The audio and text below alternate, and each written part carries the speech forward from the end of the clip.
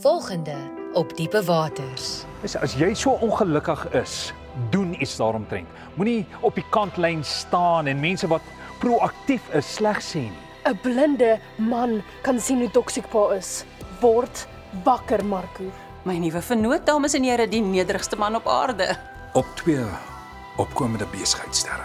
Signore Henry Secret Sauce. Ons kan 'n hele handelsmerk bou om hierdie naam. Maar dit is anti-Jesus sous, moet haar naam nie daarop wees nie.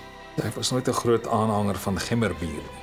Gaan jy nou stry met generasies van ma's en vrouens? Staal lyf. Eyster fokus. En 'n wenner hart. Ja, ek hou daarvan. Mense wil sien hoe atlete wen, hoe hulle presteer.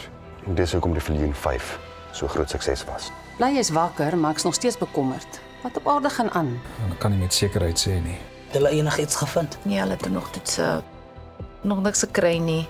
Hulle beste reiskoot is dat dit 'n virusinfeksie is. Klote, daar's iemand wat jy moet ondersoek. En Johanna het nie net haar man se geld en besigheid geërf nie, maar 'n lekker groot lewenspolis. Ons het net vir Dani. Die swart Marlyn het vir Karla, vir Marco en vir Nina. En die Nationals in Glasgow is om die draai.